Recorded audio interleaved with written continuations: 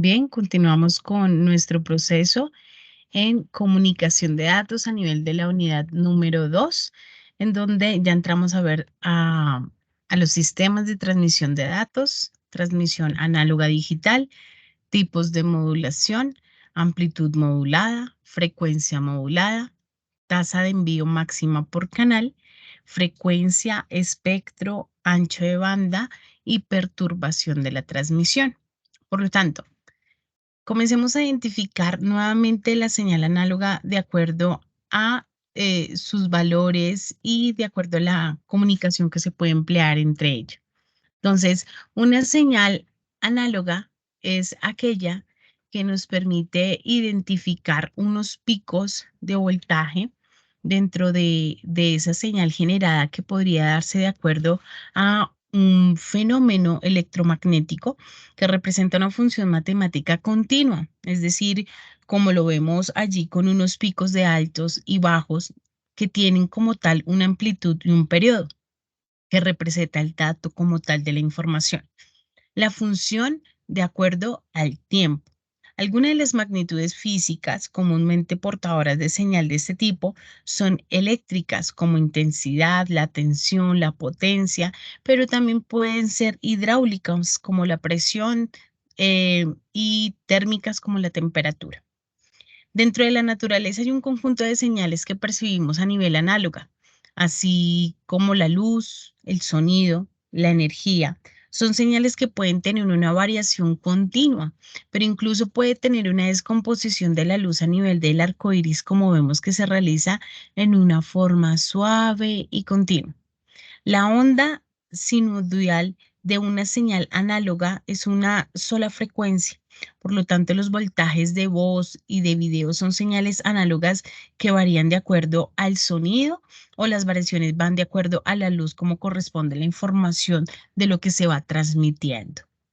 Por lo tanto, una señal análoga dentro de la vida comúnmente es aquella que se valora de acuerdo a la tensión o voltaje que proporciona un valor de información en el cual se va a representar. Una señal análoga aporta un valor independiente de cada instante de tiempo. También la señal permite que, de acuerdo a un componente físico, en contra, permita llevar una señal modificada como digital con un valor de cierta cantidad en tiempo, a un tiempo determinado, por lo cual se denomina una velocidad de muestreo. Así como las señales análogas se pueden determinar por un valor de fenómeno en las cuales se genera cualquier instante de tiempo, las señales digitales, en cambio, suelen representarse por un valor de fenómeno que se genera de acuerdo a la cantidad de tiempo. Una señal análoga puede ser continua o alterna, que puede tener un valor de tensión o que puede tener un valor positivo o negativo. En este caso, se alterna cuando el valor de la tensión cambia la polaridad, por ejemplo, en una onda senoidal cuya forma se repite en un tiempo y va incrementando el valor del signo eléctrico. Como tal, lo distinguimos como un más o un positivo durante el periodo del ciclo, pero va disminuyendo a continuación el signo eléctrico negativo, como menos, el cual se interpreta como un ciclo siguiente. Por lo tanto, dentro de la señal análoga vemos que hay una amplitud, una variación continua en la amplitud del tiempo y una obtención de traductores dentro de ese proceso. ¿Qué pasa con la señal digital? La señal digital es una señal análoga pero compuesta, la cual se basa en un análisis, el análisis de Führer, el cual definía una señal digital que es una señal análoga compuesta, el cual su ancho de banda es infinito. Por lo tanto, cada uno podría intuir que se puede llegar a este concepto si se estudia muy bien la señal digital. La señal digital, de acuerdo a su dominio en tiempo, incluye segmentos horizontales y verticales. Por lo tanto, van conectados de una línea vertical en un dominio de tiempo que significa una frecuencia infinita, mientras que en el tramo horizontal representa la frecuencia en cero. de ir de una frecuencia cero a una frecuencia infinito y viceversa, implica que todas las frecuencias en medio de esa parte de dominio, pues se puedan llegar a generar.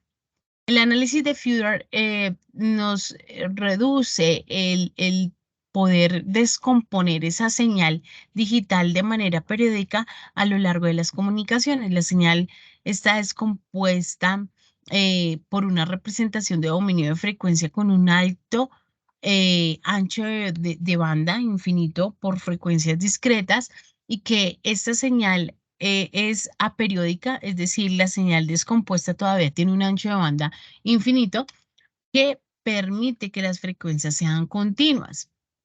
¿Cuáles son las desventajas en términos electrónicos?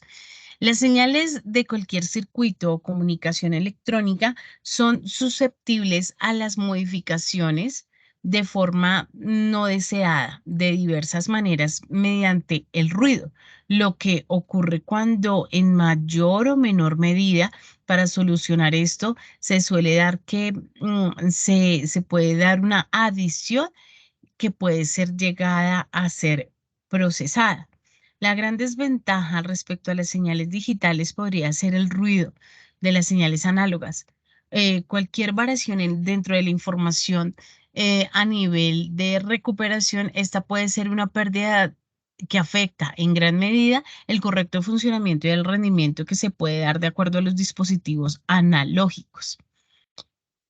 Un sistema de control, ya pueda ser un ordenador, no tiene la capacidad de trabajar con señales análogas, de modo que necesita convertirlas a señales digitales. Para poder trabajar con ellas, necesitamos una conversión de análoga a digital.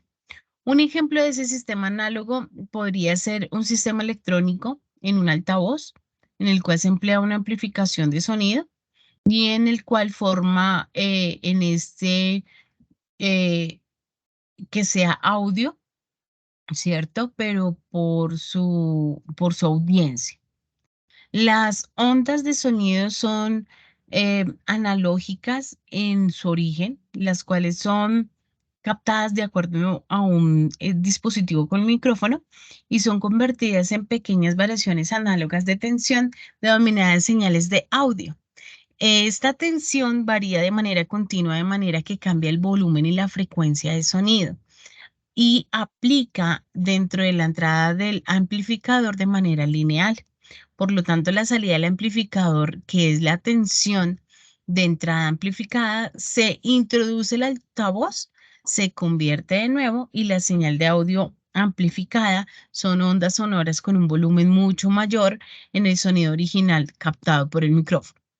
Sin embargo, los sistemas analógicos se han vuelto como señales digitales. Por ejemplo, cuando estamos haciendo la grabación de un video, un disco versátil digital de múltiples usos como el DVD, ¿cierto? Almacena diferentes tipos de formatos en el cual comprime el denominado MPG, que es el estándar que codifica esa pequeña fracción de cuadros individuales de video en un formato comprimido semejante al JPG.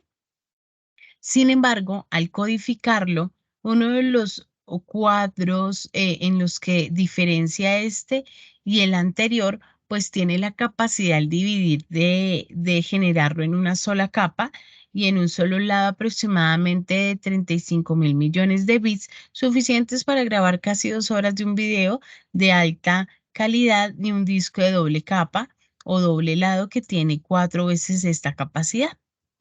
Las grabaciones de audio alguna vez son fabricados exclusivamente mediante la impresión de formas de ondas analógicas, las cuales llevan una cinta magnética de acetato, como el LP. Las grabaciones de audio se utilizan en la actualidad de manera de discos compactos digitales, como el CD, pero este almacenamiento puede darse por medio de 16 bits correspondientes a una onda analógica original que se realiza por este canal. Sin embargo, el estereofónico de este puede ser de entre 22.7 microsegundos y una grabación de CD tiene 73 minutos, lo cual consta a 6.000. millones de bits de información. ¿Qué utilizar? ¿El medio digital o el medio analógico? Bueno, existen los métodos digitales y analógicos. Sin embargo, en la música digital se almacena en CD un sistema óptico de diodos láser que lee los datos digitales de nuestro disco cuando gira y se transfiere al convertidor digital analógico. Este se transforma en señales digitales que se producen de una eh, manera eléctrica en nuestra música original. Esta señal se amplifica y se envía al altavoz. Cuando la música se graba en el CD, se utiliza un proceso esencialmente en el cual se inmersa el descrito y puede convertir eso análogo a digital. Esas señales periódicas que nosotros vemos ahí en la imagen son señales que nos permiten identificar las características que existen dentro del término de los valores, entre las cuales estas palabras de periódico tienen que ver con la propiedad que va concurriendo en el tiempo. Es decir, que cada periodo son señales continuas en las cuales la variedad de contextos nos pueden dar una respuesta natural a lo que se va observando dentro de un circuito, como mecanismo de disparación dentro de la pérdida de difracción o señales periódicas básicas. Entonces, importante tener en cuenta el tipo de señal, señal análoga, señal digital. Los tipos de modulación dentro de la amplitud modulada y la frecuencia modulada. Entonces, acá estamos mirando cómo es el comportamiento de cada uno de esos tipos de modulación. Estas modulaciones tienen que ver que efectivamente mm, comenzamos a determinar una serie de factores que nos permiten validar el proceso representativo del mismo. Por lo tanto, estamos identificando que existe como tal una señal con unas frecuencias amplias de banda, las cuales vemos que son de menor o mayor amplitud por su modulación. Efectivamente, esa modulación son los que nos permiten identificar aquellos modelos dentro de ese espectro en el cual nosotros lo vamos a manejar.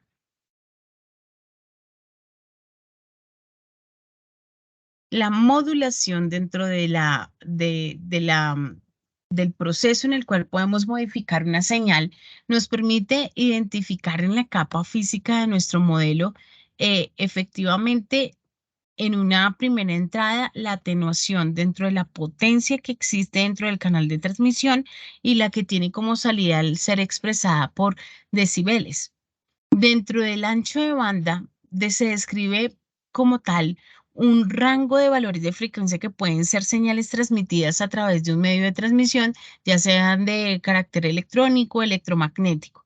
Generalmente un canal representa cualquiera de las distintas atenuaciones de señales que pueden llegar a tener esa medida de aumento de longitud o que pueden llegar a tener también el ancho de banda que se reduzca al aumentar la longitud de su canal, debido a que también puede aumentar la atenuación de la señal. Por ello, en ocasiones se expresa el ancho de banda como un canal de 100 metros cada kilómetro de longitud. Una línea telefónica de voz, por ejemplo, tiene un ancho de banda que va desde los 300 Hz hasta los 3400 Hz y cubre con ello la parte fundamental de las frecuencias que pueden ser generadas por la voz humana. Sin embargo, el límite no tiene o no viene impuesto por un cable utilizado en este componente de ancho de banda mucho mayor, sino por las amplificaciones que se van insertando en la línea para concentrarse en fenómenos descritos a través de la atenuación de la misma y poder transmitir la señal larga en cierta longitud un poco más amplia. Sin embargo, cuando el abonado está próximo a centralizarla dentro de la telefonía y no solo dentro de la transmisión de una ADSL, sino que utiliza otras bandas de frecuencia. Normalmente transmitimos banda a nivel de base de línea de RDS, no de ADSL, porque en los sistemas cableados donde se utilizan más señales eléctricas, el ancho de banda suele ser de 0 GHz a megahertz, salvo que en alguno de los casos de las líneas telefónicas se traducen elementos de amplificador en los cuales se reduce el ancho de banda. Esto quiere decir que se puede llegar a transmitir por ellos señales que mantienen valores continuos y que dentro de la frecuencia de 0 GHz durante un tiempo, cuando las señales son electromagnéticas, no suelen existir esta posibilidad, por lo que todas las señales se transmiten sobre una señal portadora a una frecuencia. La velocidad de transmisión tiene que ver con los cambios que yo le puedo dar referente a su funcionalidad. Por lo tanto, esos cambios de velocidad tienen que ver con la cantidad de datos que yo voy a transmitir dentro del proceso de un servicio a nivel de la web o del canal en donde yo voy a transmitir esa información. La velocidad juega mucho con el tiempo, por lo tanto, debemos tener en cuenta que la velocidad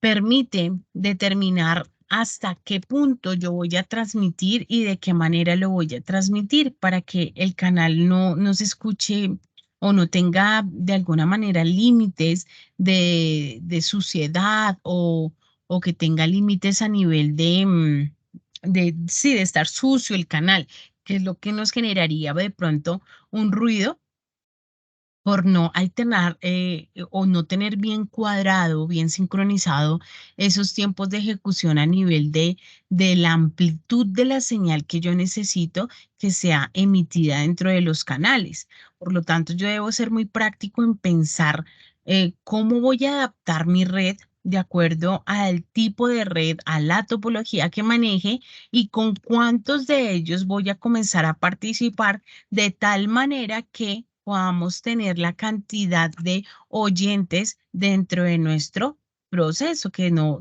vaya a tener de pronto una interrupción de acuerdo a los mensajes que nosotros podamos llegar a manejar desde allí. Por eso es tan importante que nuestro canal de comunicación sea lo más asertivo posible dentro de los procesos de gestión para que efectivamente no vaya a haber pérdida de información. Esto sería lo importante a tener en cuenta en medio de la transmisión de un canal, el medio físico y el enlace que efectivamente lo que yo voy a contemplar dentro del servicio me permita emitir directamente la información a cada uno de los oyentes, es decir, que de la emisión al receptor el alcance de longitud me llegue a dar para que efectivamente la información no se vaya a perder. Entonces, importante tener en cuenta las características que yo debo tener a nivel físico, em, porque en ese caso los componentes físicos y lógicos son los que me permiten medir el canal en el cual yo voy a transmitir. Pero todo esto tiene que ver también con las diferentes métricas en las cuales yo puedo llegar a tener en cuenta esa medición. Entonces, si bien es cierto, las velocidades de transmisión tienen que ver con el número de elementos de señal y los cambiantes de condición por segundo, pues estos se miden según los vatios de número de elementos de señal por segundo que se transmiten. En el elemento señal, en un determinado valor de amplitud, la fase de frecuencia y todos los demás componentes me permiten determinar una combinación de las codificaciones, determinando un valor binario de 0 o 1 que permita medir esa velocidad. El elemento de la señal puede ser n estados diferentes, pero que cada uno codificará un valor a, a un valor de bits determinado. La capacidad del canal tiene que ver con la velocidad de la transmisión de la información. Esa velocidad máxima a la cual puede transmitir tiene que venir sin errores, expresada por medio de bits por segundo. Por lo tanto, la capacidad del canal será una velocidad de Babius a nivel de máxima admisible por el canal, multiplicada por el número de bits que se quiera codificar en el elemento de la señal. Sí o solo si la transmisión de las señales se pueden dar por modos en el cual pueden darse básicamente dos formas. Las señales por transmisión, es decir, adoptar eh, el envío de la información directamente por algún tipo de modificación de forma digital o bien componerse con una onda de frecuencias más altas que sirve como transporte. En primer lugar, hablamos de la transmisión de banda base. La principal ventaja que ofrece es la sencillez económica de este proceso. Su principal inconveniente pueden ser la atenuación introducida en una línea de tiempo de señales provocadas por diferentes distorsiones. La señal de banda base eh, admite distintos tipos de codificaciones. Sin embargo, la forma de representarlos es de forma binaria como cada ejemplo codifica, ¿cierto? Entonces la diferencia dentro del retorno a cero será la codificación de retorno que me va a dar otro cero. Entonces en el segundo caso se trata de enviar señales moduladas sobre bandas portadoras de determinadas frecuencias. Entonces el canal está dispuesto para la transmisión que puede ofrecer dos disponibilidades. La primera es la transmisión de banda portadora cuando la señal solamente se puede modular sobre la única portadora de una determinada frecuencia y la transmisión de la banda cuando las señales pueden ser moduladas a nivel de portadoras de distintas frecuencias, llevando la mayoría de los casos informaciones diferentes de acuerdo a lo que estamos generando dentro de esa presentación. De ahí salen, por lo tanto, las modulaciones de acuerdo a M, FM, de amplitud de frecuencia, ¿cierto? Por modulación, que me permite como tal validar dentro de esa frecuencia la modulación que yo pueda llegar a tener como base. La tasa de envío máxima por canal. Aquí estamos hablando efectivamente que yo tendría que tener en cuenta la manera en la cual nosotros podríamos llegar a implementar los servicios a nivel de bandas de frecuencia Wi-Fi, que normalmente nosotros la trabajamos por 2,4 GHz, 5 GHz y 6 GHz. Eso quiere decir que en el proceso a nivel de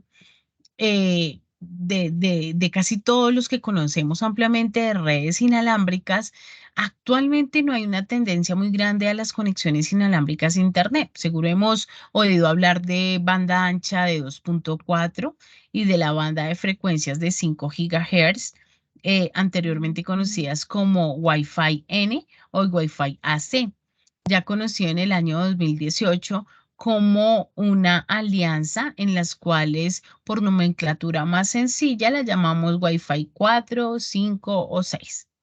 Hoy en día vamos a ver en detalle cómo cada banda de frecuencia a 6 GHz ha tenido que estrenar un nuevo estándar y así como las características de la familia han tenido que ir cambiando dentro de la tendencia de estas bandas de frecuencia. Entonces, el aumento de la necesidad a nivel en cuestión de la velocidad se produjo una mejora de lanzamiento a partir de la Wi-Fi 5, que utiliza únicamente la banda de 5 GHz para comunicarse en diferentes dispositivos. Años más tarde se mejoró aún más el estándar inalámbrico, permitiendo una mayor capacidad de eficiencia a la vez que aumentaba un poco más el rendimiento de la Wi-Fi, lo que propició la aparición de la Wi-Fi 6, que es como tal el estándar de uso de la red 2,4 gigahertz y 5, gigahertz a la vez. De ello, conseguimos aprovechar el máximo fuerte de las dos como cobertura, la cual permitió que las velocidades se fueran dando a 5 gigahertz mucho más rápidas dentro de el desarrollo. Pero esta última, la Wi-Fi 6E, nace de la necesidad de conectar una red Wi-Fi mucho más grande de dispositivos de salida. La novedad dentro de la introducción de la Wi-Fi 6 es que agrega una banda de 6 gigahertz que hasta ahora teníamos en 4, pero que puede aprovechar esos 2,4 gigahertz o 5 utilizando precisamente los routers de doble banda, donde selecciona la banda simultánea, emitiendo una banda de 5 GHz. Estos 5 GHz comprende lo que necesitamos como frecuencias. Entonces vamos a identificar las características de cada una de ellas. Vamos a usar como tal la referencia que tenemos aquí en esta imagen para poder distribuir las bandas de frecuencia y cuántos canales de banda podemos llegar a tener en este proceso. Entonces, tenemos aquí dentro de la imagen la banda 2,4 GHz con más cobertura, pero menos velocidad. Entonces, fíjense bien que esta banda es una de las más antiguas de de todas las que podemos conocer. Por lo tanto, los routers en los cuales se incorporaron en su momento va desde 2,4 megahertz hasta 2,72 gigahertz. Se subdividen en 13 canales. En cada uno de ellos manejando 20 megahertz en los cuales se pueden llegar a unir otros, como podemos ver en la imagen. Posteriormente se añade un canal 14 que puede llegar a quedar bastante alejado en el espectro de las frecuencias de 2,4. No todos los dispositivos eran compatibles con este canal. Si nosotros recordamos de pronto las señales que nos ofrecían las líneas telefónicas, ya vamos en una quinta generación en la cual pues si tú no tienes el dispositivo que tenga ese alcance de cobertura, pues no va a ser lo que necesitamos como banda ancha. Y también dentro del canal 12 y 13 fue la medida en que se concurrió para evitar la sobresaturación que se presentó en esa banda de frecuencias. Por lo tanto, vemos que de allí se desprende un listado en el cual podríamos llegar a tener unos 14 canales. Dentro de esos 14 canales, pues lo que hacían era distribuir los canales para que emitiera de 2,4 a 2,95 dentro de los canales de disposición. Pero a eso vamos con el espectro. Entonces, ¿cómo podemos ver que nos acercamos más al centro del espectro por canales entre ellos? Entonces, la banda de frecuencia de 2,4 es usada por los estándares de redes inalámbricas desde la versión 4 a la versión 6. Cuenta con 3 canales de 20 megahertz y solo un canal de 40 megahertz. En este caso, se quedan libres para generar una parte del espectro de frecuencia asignado por la banda si nuestro router solo selecciona la utilización del canal de los 40 megahertz. Pero esto no solo afectaría la conexión, o sea, la banda más utilizada hoy en día es una compatibilidad en la cual con dispositivos ya todos tenemos que tener redes inalámbricas. Hoy en día tienen acceso a mínimo a 2,4, mientras que en muchos no son compatibles la banda 5G. Los dispositivos más económicos se señarían al uso de la banda a la hora de la fabricación de lo económico de fabricarlos con la compatibilidad de su frecuencia y se excluyen las demás bandas. Entonces, por lo contrario, existen ya en esta banda de frecuencia la saturación de una diferencia de multitud en los cuales los dispositivos funcionan a la misma frecuencia, en la misma banda de frecuencias de redes inalámbricas y los dispositivos como teclados y ratones inalámbricos, mandos de televisor o teléfonos inalámbricos también están compuestos por esta frecuencia. No significa que compartan la tecnología. Es decir, que funcionen por Wi-Fi es una cosa, pero que el dispositivo esté trabajando a 5G no necesariamente. Tiene una comunicación, por lo menos debería tenerla a 2,4 GHz. Por mucho que sea la Wi-Fi de tecnología o radiofrecuencia, comparten el mismo aire y comparten las mismas condiciones inalámbricas. Por lo tanto, ¿cuáles serían esas ventajas y desventajas dentro de la frecuencia de banda ancha de nivel 2,4 GHz? Una vez nosotros entendemos la constancia de mantener la red en su utilidad y para ese servicio, tiene una serie de puntos a favor y en contra, las cuales son importantes señalar. De este modo, podemos decir que la utilización de la red inalámbrica puede conocerse cuándo es mejor usarla y cuándo no es bueno usarla, así como la manera de conectarnos dentro de los servicios de la red. Entonces, podríamos decir que los beneficios es la cobertura, es muy extensa, tiene un alto poder de penetración y la compatibilidad con los dispositivos en el mercado es bastante viable. Un punto en contra sería una baja velocidad. ¿Por qué? Porque como tenemos tantos dispositivos de alguna manera compatibles, pues esta se va a saturar, sufre más interferencias y puede tener menos canales disponibles para el servicio. Cuando estamos trabajando sobre banda de frecuencias a 5 Hz, la velocidad eh, mejora de una gran manera y la cobertura de igual modo. Entonces, ya estamos hablando de la banda 5G, 5 GHz, donde es utilizada por los estándares de la Wi-Fi 5 y la Wi-Fi 6. Se encuentra entre los 5.180 MHz y los 5.825 MHz del espectro de frecuencia. ¿Qué es el espectro? Porque lo he mencionado varias veces. Entonces, el espectro tiene que ver con el conjunto de radiaciones electromagnéticas que se propagan a través del espacio por medio de esas ondas que hace un momento explicaba, lo que identifica que cada tipo de radiación es una frecuencia y que el número de ciclos que se presenta en un tiempo determinado me permite medir ese espectro. Ujú.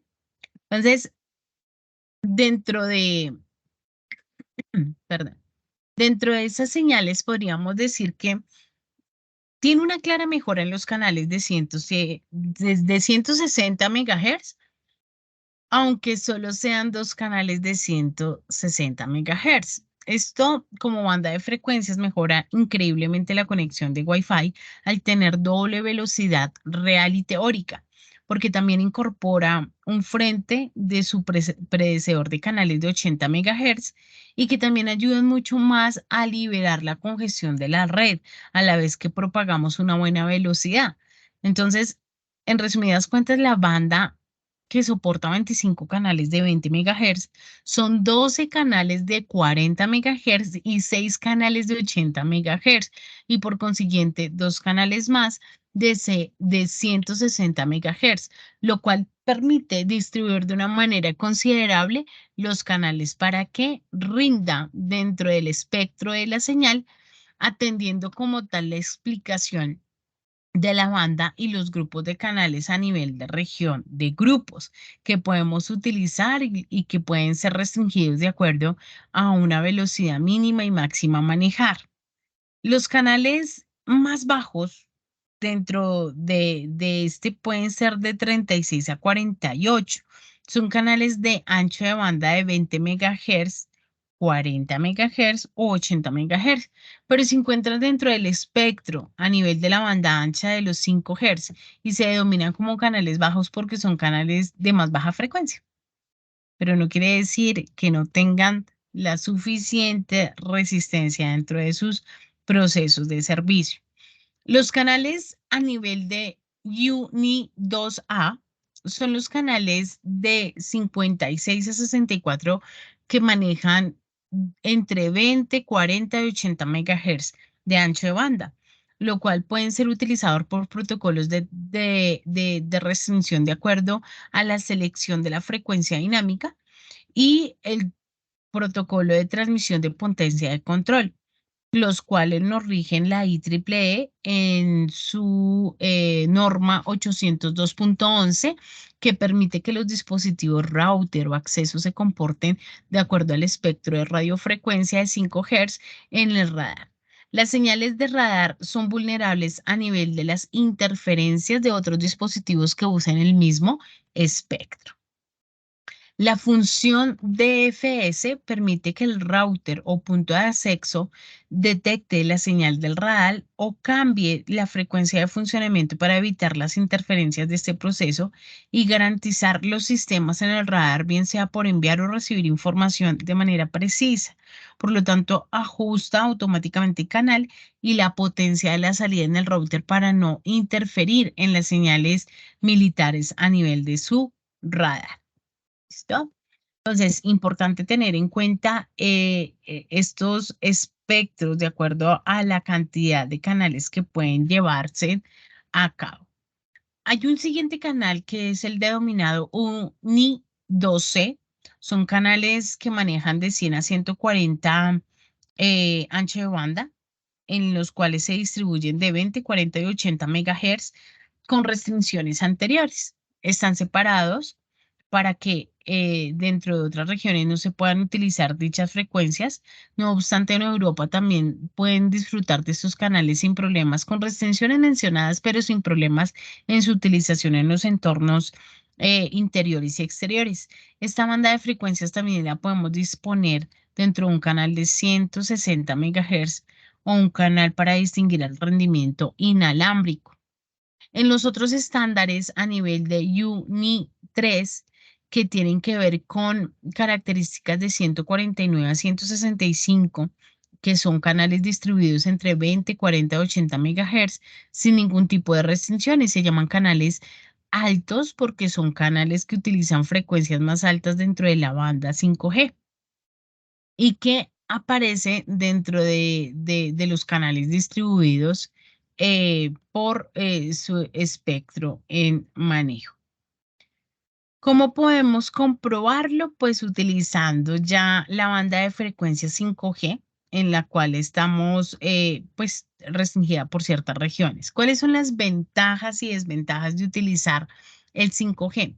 Al igual que ocurre en el 2.4G, esta red es mucho más extendida en el mercado, por lo que es raro encontrar un dispositivo, un router que no cumpla con esta opción, porque para que la podamos utilizar, debemos tener en cuenta las disponibilidades que tiene a nivel de normatividad IEEE 802.11.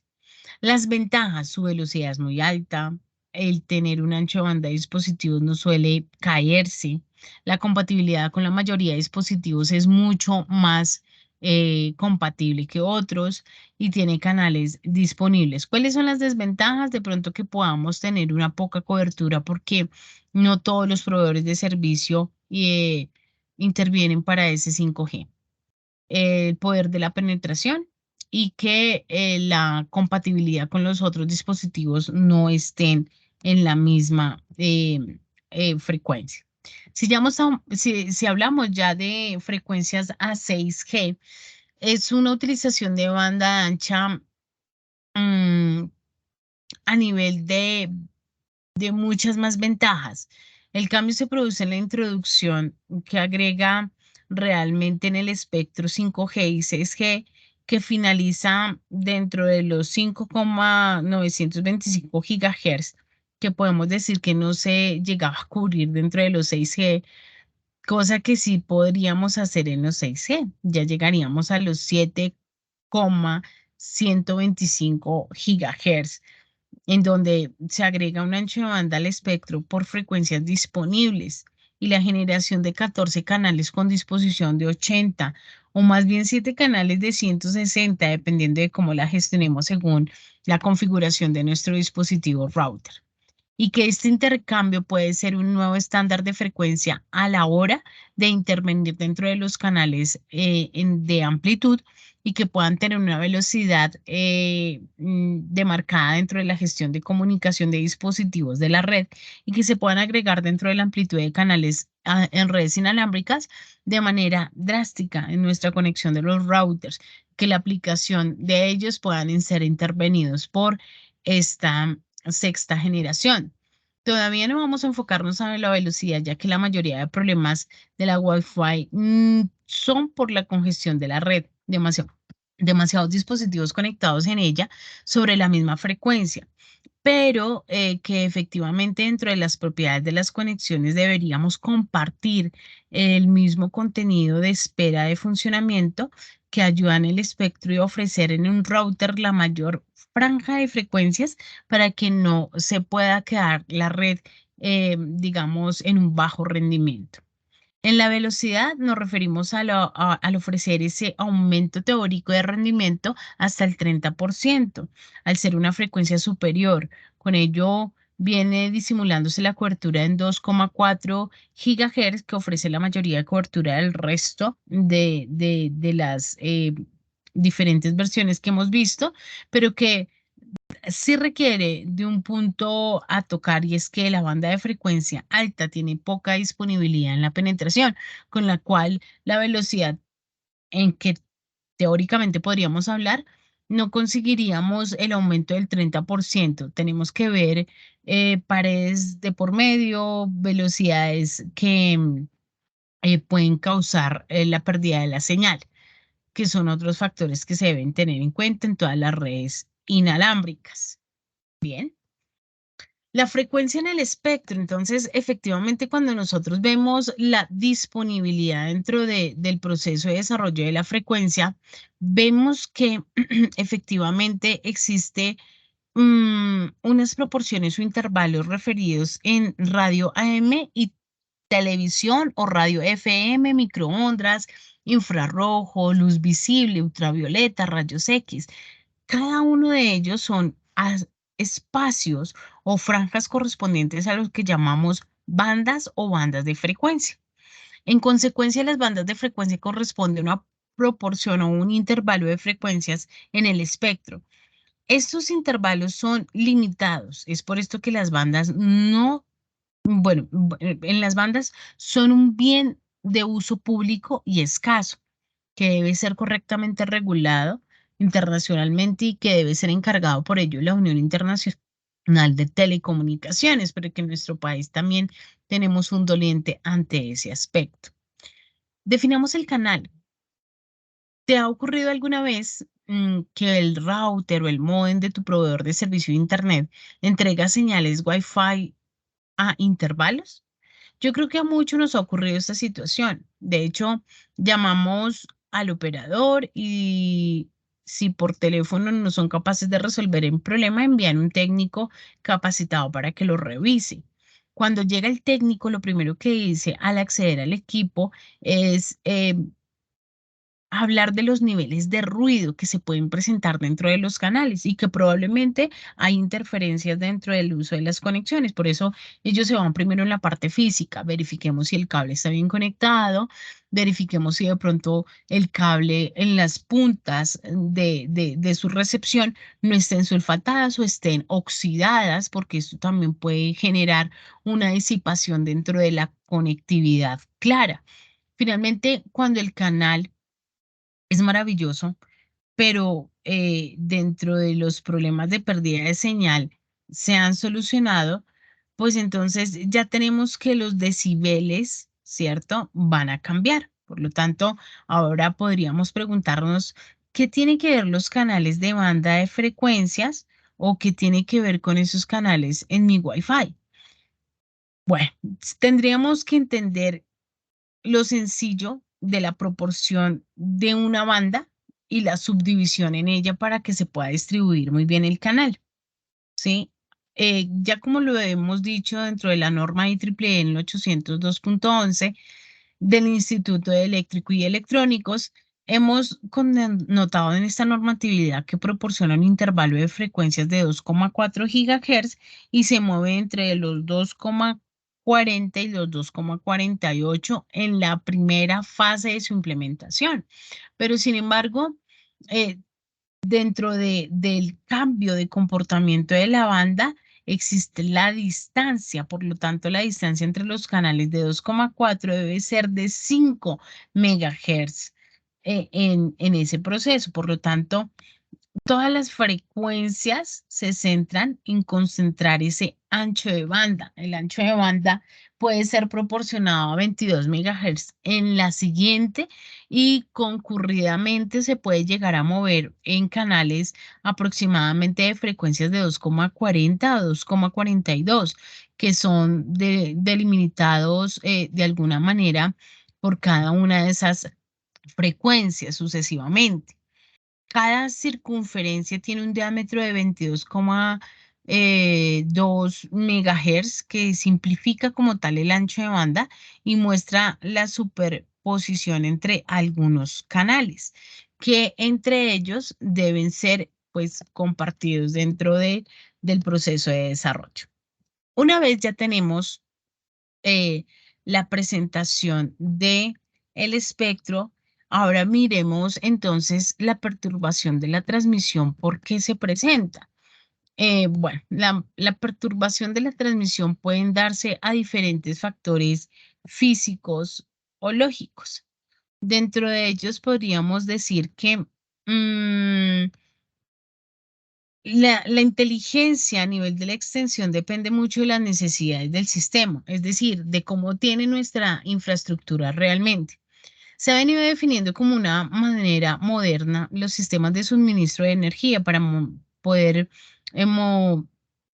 monitorizar, proteger y optimizar los recursos de operación que entre los elementos estén bien interconectados. Entonces, alimentación inteligente más confiable y de calidad de energía, la seguridad y robustez de los eventos riesgosos y la eficacia a nivel de la reducción de ambientes que pueden llegar a afectar. Entonces, dentro de estas características, buscamos que lo más inteligente posible es que los recursos de redes que apropian una complejidad en los sistemas de suministro de energía estén bien adaptados de acuerdo a la norma, lo cual genera una serie de retos que deben ser atendidos de manera oportuna para darle la sostenibilidad que necesitamos técnicamente, optimizando y minimizando aquellos riesgos que se pueden presentar, maximizando de alguna manera ciertos factores que deseamos que se tengan, optimizar de pronto la operación que ayuda a garantizar que las condiciones técnicas a nivel de seguridad me proporcione un funcionamiento adecuado dentro del sistema.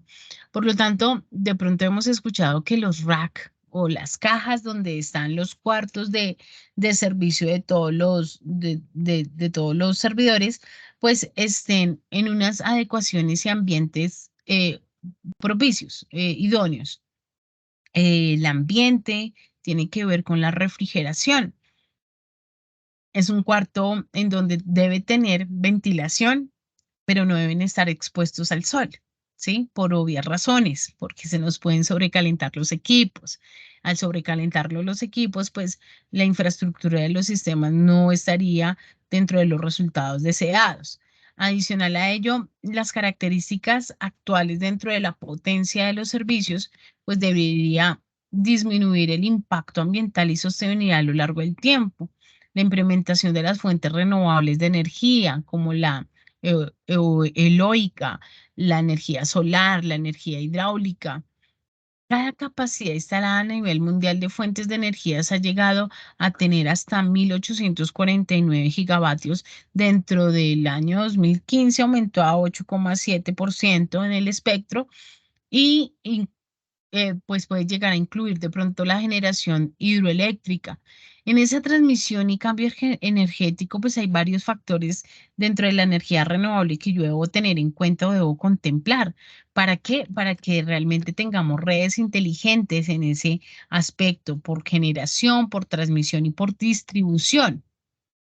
Por lo tanto, podríamos llegar a contemplar dichos servicios dentro de lo que estamos manejando como procesos de distribución de energía renovable. Pero también parte del hecho del impacto de la variedad de la generación, parte del hecho también de la distribución de la energía, del voltaje y los suministros también tiene que ver mucho la capacidad de nuestros equipos electrónicos para que los puedan llevar a nivel de capacidad de convertidores AC, a DC y DC a AC, que permitan de alguna manera manejar la conexión de plantas eólicas que reducen inconvenientes de transmisión, que permitan llevar tendencias de frecuencia y niveles de tensión convertidos en señales idóneas dentro del proceso. Bien, entonces, ¿cómo hacemos realmente para que la perturbación de la señal no se dé? Pues debemos utilizar aislantes, debemos utilizar unos medios físicos que me garanticen que realmente la velocidad de la señal se cumpla dentro de las características y estándares adecuados de mi implementación. Les agradezco nuevamente por estar con nosotros. Nos vemos en una próxima oportunidad para seguir con nuestra unidad número 2.